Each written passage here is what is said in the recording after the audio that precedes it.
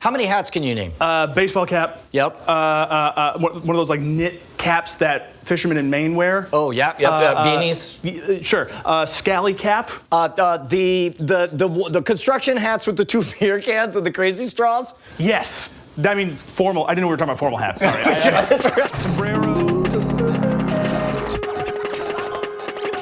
This episode of The Modern Road brought to you by Mystery Jackpots. They're technically not gambling. Gambling, of course, is where you risk your money. It's not a risk if it's absolutely guaranteed to delight and surprise you. Available right now, this month only at scamstuff.com. That's gear for the modern rogue. All right, Ryer, we agree on one thing. Neither of us know anything about hats. Nothing about hats. I don't consider myself much of a hat person these days, but I want to learn how to pick the perfect hat, and that's why we are here with Jimmy Pierce.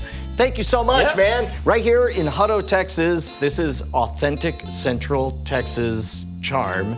Jimmy, what do you tell people you do for a living? I am a master hatter. You don't say haberdasher? No, a haberdasher sells hats. A hatter makes hats. Oh, but do you walk out and come back with a mustache when you sell it? That would be funny, but no. Okay, all right. So a haberdasher imports hats and sells them. Sells them. A hatter makes hats. A milliner makes the women's hats that are like all the ribbons and stitched together. Can you be more than one? Yes. Can you be a haberdasher and a hatter? I would technically be both a hatter and a haberdasher, although I claim hatter. Because I spend a lot more time making hats than selling hats. And you said you're a custom hatter. Yes. Do you do cowboy hats or hats of, like what are even the categories of hats? I do any kind of felt hat. Any kind of felt hat. I do not do straws, mostly because the materials are too hard to get a hold of. Okay. So you never know who you're talking to or who you're working with. Explain to me that sentence. Good straw hats are made from hand-woven straw bodies made from toquilla straw that are woven in Ecuador and Colombia and Guatemala, places in South and Central America.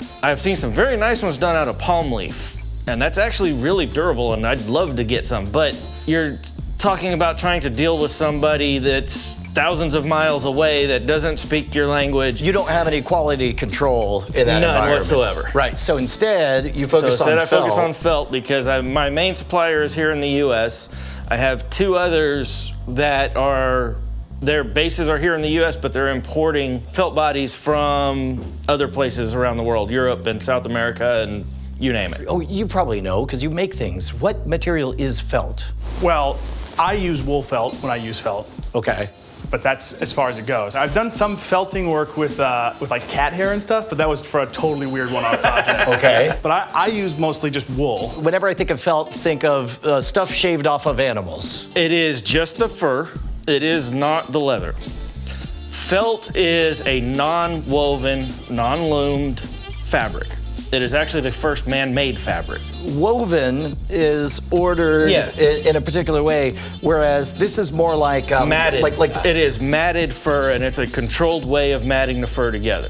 Yeah. Natural fibers have a tendency to curl and interlock. If you control the way they do it, you get a dense material that is water resistant. They use it to make tents in the Middle East, and that's where it all started. You can literally lay a bunch of fur on the ground, pour hot water over it and walk on it, and it will make a mat of felt. So at a core level, it's not cellulose, whatever the... It's animal fibers. Yeah. No plant fiber has the same... So there are no vegan hats? Nope. There are no vegan felt hats. No vegan felt hats, yeah. Whoa, okay, now, all right. And my understanding too is that there's I think it's the creatine in a lot of animal furs or something, but they have a little more barb to them, so like... They have scales if you look at them under a microscope. And that actually is a determining factor in the quality of the hat. Right. So if you take a very fine fur with a large scale in relation to the fur size, so the ratio is the scales are very big, but the fur overall in actual measurements is very small. That makes the best hats. Okay. Mammals, they live in the water, they have the best fur. Oh, so seal fur hats Seal would be makes awesome. a great hat, but nobody has done that in over 100 years. Because of Otter makes a reasons. great hat. Nobody has done it in a very long time. Most today we use beaver because beaver is overpopulated and it's a pest. Got it, but in general, you probably don't catch and release creatures just to shear them and say, but if you could, The only ethically sourced otter hats would be amazing. Actually, I take that back. There's no vegan hats, but there are ethically sourced felt hats, and they're wool. Oh yeah, okay. But that is it. Every other animal that you use to make a hat is killed. Okay. I'm gonna start an otter barber business where I'm cleaning up otters. And he's gonna leave the fades. mustache on Yeah, everyone. leave all that. Then I'm gonna collect the hair and start a side business making high quality felt. This is brilliant. Double dip. So, just out of curiosity, I would think that would mean that human hair would make terrible felt. Oh yeah, it's much too coarse. Yeah. So if you look at a rabbit skin, you got the fur there, and it's Because like this is super soft, and I don't normally think of hats as being this kind of so soft. that is rabbit. That anything that is listed as being fur felt is going to be rabbit or hair. You made sure to get your shots, right? He said it was rabbit. Oh, yeah. And but if you feel here, that's where the guard hairs are gone, that much finer fur, that makes a much better okay. hat. And this is something that I can't believe I went so many years not knowing is that you said guard fur. So animals that have a double layer coat, you have hair, that is the coarse outer layer, and then you have fur. That is the undercoat. I've got a Shetland sheepdog. She's my best friend. And I've been telling people for the 4 years that I've had her, oh yeah, she's got a double coat. And I've had no idea what that means. Is that what that is? Okay, you just got that out of the user's manual? Well, yeah, you read the forms. They actually grow 2 different types of fur. Okay, interesting. But the better one is the underlayer. Yeah. That's because it's softer. Softer, it's a finer hair, it makes a tighter felt, and it makes a more water-resistant felt. I mean, it lived in the water. Is there a way to sort the different hairs, or do you just take in the... Well, they've got one machine that they put the fur, the pelt up against, and it pulls out all the long ones. Yeah, I guess that makes sense. Similar to like you go to a barber shop, they would set, like, for example, if you had a number 2... Yeah, it's got springs, and that grabs the long hairs and pulls them out. Oh, like a chicken plucker. Yeah. Yeah, okay. And then you've got another machine that when you feed it through, the leather just kind of gets shredded and disappears, and all the fur comes out. Interesting. Okay, so you get the nice soft fur, which The gives you... leather goes to the glue factory, and the... Is that one of the first steps when you want to get a nice hat, is figuring out your materials, or like, yes. you know? And usually it has to do with what people can afford. Sure, okay. You buy the best hat you can afford, because the more beaver there is in the hat, the better the hat. They're either made out of a blend of beaver and rabbit. They're all rabbit, they're a blend of beaver and rabbit, or they're pure beaver. A 50% beaver hat, that's gonna last you somewhere between 10 and 20 years if you take care of it. A pure beaver hat's gonna last you the rest of your life, and your kids will have it. I would imagine if we go back to what we think of as the American classic, I don't know, cowboy hat or whatever, at some point, hats exist because we want to keep the rain out of our faces, but then they take on symbolic value and are status indicators, right? Hats Tell me about that of some period. sort have always been used for status, going back hundreds of years. But every major hat style that you see today was invented in the last 150 years, 160. Wait, so even like a bowler? Or... Yeah, that was made in the early 1800s, I think. What were they doing before then? I mean, hats evolved, over time. Have you ever made, or do you know anyone who's been making styles of hats that are much older? I have on occasion. Most people don't realize that the Robin Hood hat that like peeks out the front, that's actually made from a felt hood. It's not a cut and sewn together hat. Oh, okay. It is a triangular piece of felt, and you keep the point at one side, but you take the back side and you fold it up, and it tapers out. And so, okay, so this goes. So a Robin Hood hat, I'm visualizing a triangle, and is everything just stretching it into a shape? So the bodies that I start with are called capelines. There's hoods and there's capelines. Hoods are a cone, and a capeline, the bottom part of that cone has been flared out so it'll kind of sit flat. Almost every hat I make starts with a capeline. There's bigger ones and smaller ones, and there's thicker felts, there's thinner felts, and you just got to kind of talk to somebody and figure out what kind of hat they want to know what you got to start with. Where would you start that conversation? So if someone comes in and they're like, oh, well, I mean, do you start with the thickness of the material? You're asking what they want the hat you for, start with the hat style. Okay. 2/3 of the people that come in here, they have an idea of what they want. The other third have no clue. They just know they want a hat. You know what? Hello, I would like to know what kind of hat, because everyone seems like it's telling a story about me. I'm horrified of the idea of being a poser. And I think it was Penn Jillette that once said he was so confused why, Texans wear cowboy hat, and they say, oh, it's part of my culture. He's like, I don't walk around with a fireman's hat and say it's part of my culture. Yeah, like I'm from northern Michigan, right? No one wears cowboy hats. No. You never see it. And in fact, you have some anxiety about like being seen as a faker. Yeah, well, I mean, like I'm going to Ireland, right? And I wear these like scally caps, like these tweed scally caps, and I am terrified that every single person in Ireland's going to be like, what are you doing?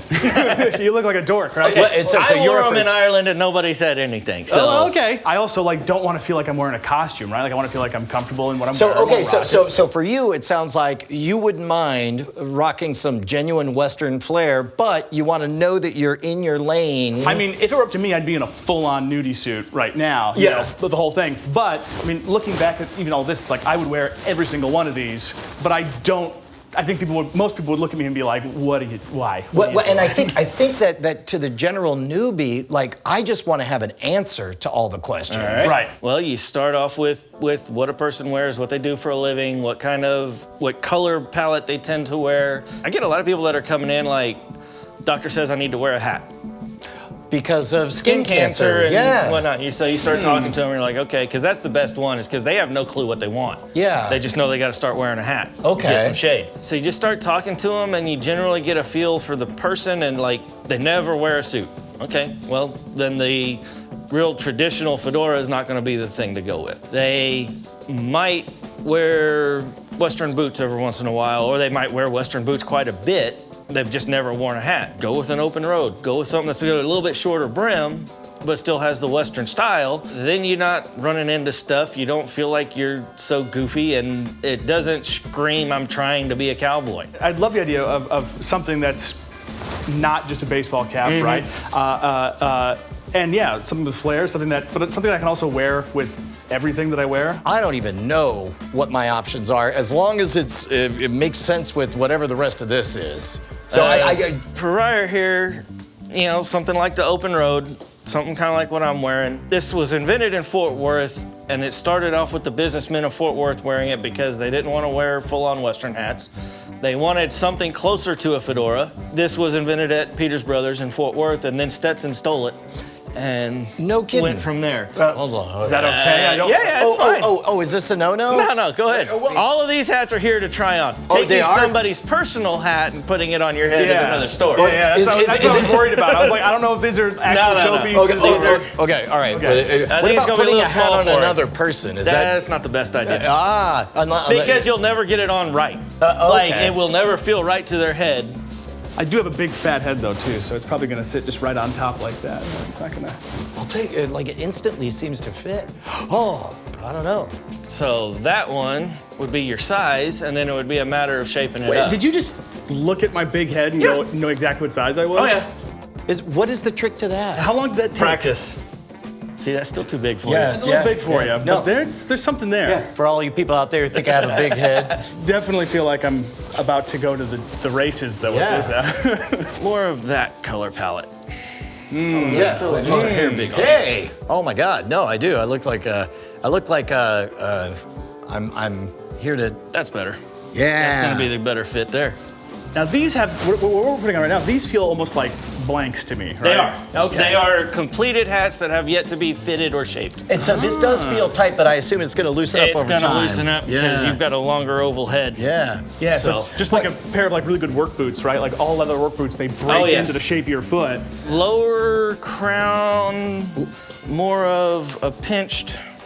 Oh. Something more like that. It's kind of cool. It's almost more of just like a flatter brim. Yeah, so what do those various things say? I used to have a hat like this. The very first version of the fire eating routine, I had just like this, and I do. Some people try and call it a trilby, although that's not technically what it is. It's a stingy brim fedora. Blues Brothers, Sinatra, right? Very big in the late 50s up through the 60s, and then that's when hats also started fading away. Right. That's another interesting thing, right? Because it used to be like, don't leave home without your hat. Yeah. You're not dressed. Definitely through the 40s. It kind of started tapering a little bit in the 50s if you look at sales numbers, but it was really the 60s. This is a fire hat. I mean, to this, I put this on and I feel like I'm like, smoking. Yeah. But I mean, I do kind of like it. I mean, just from what it is. But I've noticed too, it's not floppy at all. This is like that is built on a Western body. Yeah, how? So there's a shellac that's impregnated in the felt as it's being made. Got it. The more the shellac, the stiffer the felt when it's done. Interesting. And then you're figuring out the style, what the person wants based off what they're gonna be wearing it on. Then there's also bands, and you've got feathers, you've got all kinds. Is that mostly just like a style thing, or is there a function to some of this stuff? Or? No, there was at one time, 100 and something years ago. Now it's just style, and it covers up the stitches where the sweatband's sewn in. Okay. Yeah, no, that makes sense. What are the classic mistakes you see people make when they come in to buy a hat? Hats that don't fit. When somebody walks in here that they've already got hats, the hat doesn't fit their head and they've had to buy one that's too big in order to have it sit down on their head and touch at certain points, but it doesn't fit all the way around. Where do you want it to? You want it to fit all the way around. Okay, so you should feel that band all the way around. And if you do just feel, you know, here, and there, then it's not quite right. And that means you need a hat maker to tweak it? You have to change the oval of the hat. Okay. You actually have to repress the brim. For me, wearing a hat is mostly functional. It keeps my hair from flopping into my face. But one of the things I hate the most, drives me absolutely insane, is when you get like a gust of wind, or if you're driving a convertible and it pops right off. This hat stays on going 40 miles an hour in a boat across the bay. It stays on riding mopeds and that's all just motorcycles. And that's just fitment issues then? Just making sure that it fits the head properly? Knew he was going to go for that one. Indiana Jones. Yes. Yeah, I was about to say, what is the name of this style? Raiders. Raiders. Originally was made in London by Herbert Johnson for the movie. The Raider hat is the most popular of the Indiana Jones hats. And so it was not an artifact of its time. It was invented for the movie, but it felt of the time and it became... That was not even a common hat shape in the 30s when the movie was set. It did exist. There were people that wore it, but it was not an exceptionally common one. Kind of aside, but the boots that Indiana Jones wears, those are called Aldens. Yep. Because he was a carpenter. Harrison Ford. Yeah. He wore his own boots through the movie. And he liked those because they were good quality, they were leather, they shaped to his foot, but they also didn't have a very aggressive tread. So that way when he was working the shop and walked into a client's house, he wouldn't track sawdust in. And they just thought, hey, you know what? He's comfortable in them, they look good in the character. And they were made all the way back into the 20s, so. Garbage for adventuring. Oh, There's that's no amazing. tread, they don't hold up well at all. They're like the worst shoes for that.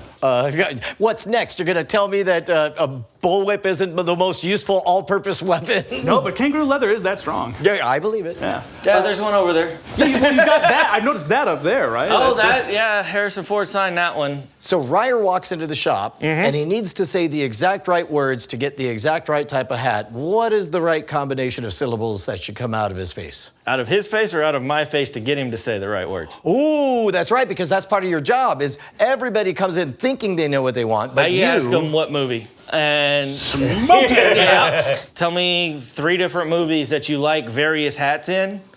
And they don't have to be the same hat. They don't have to even look that close to each other. Or walk up here to the wall and you go, I kind of like this yellow one, I kind of like this one here, and I kind of like the green one. So let's start. I guess go ahead and pick 3. Okay, so I really like this hat. I like the shape of the brim and everything. I like it's not too big. I think the hat band's pretty cool too. I like this hat up here, but I feel like it's a little bit big. What do they call this ribbony thing? Brocade or jacquard ribbon. It's just that type of outside band I decided to put on that hat. Out of curiosity, when you're hanging out with other people who have high-end, custom-made hats, all that stuff, do you ever see, is there a certain type of ribbon or adornment that kind of makes you go like, come on, man? No, actually, for me, it's more of all the branding and the holes and the extra stitches that people are doing now, because you are doing something permanent to a hat that you cannot change later. For me, I love when an article of clothing lasts forever and it gets ripped and torn and tells its own story, faking it. That's my thing too, is because these hats, I can change the shape if you decide you don't like it anymore later. You want to change it up a little bit, bring it back in, we'll change it up. That's really interesting. But once you start doing that stuff, you're limiting what you can do with it afterwards. And don't worry about it if it gets beat up along the way. That all just becomes part of the story. Yes. Hats develop character and patina just like everything else. Then it's individual to you, and it tells a story of what you've been through as long with your hat. What would your third hat be? Yeah, so there actually is something about the blue. I know it's big. I know it's maybe it's just because the color and the Is peacock it the feather. peacock feather? Yeah. Maybe. I think I don't like that fedora shape. I think I like, this more. What would Dr. Jimmy say? Also, Marty McFly in Back to the Future 3, the Joker in the original Back Batman. to the Future 3 was the hat from The Fistful of Dollars. Joker in the first Batman movie. Yeah, Jack Nicholson's Joker. Yeah, that was the telescope crown, almost flat brim. It had just a little bit of a curl to it that was dipped down in the front.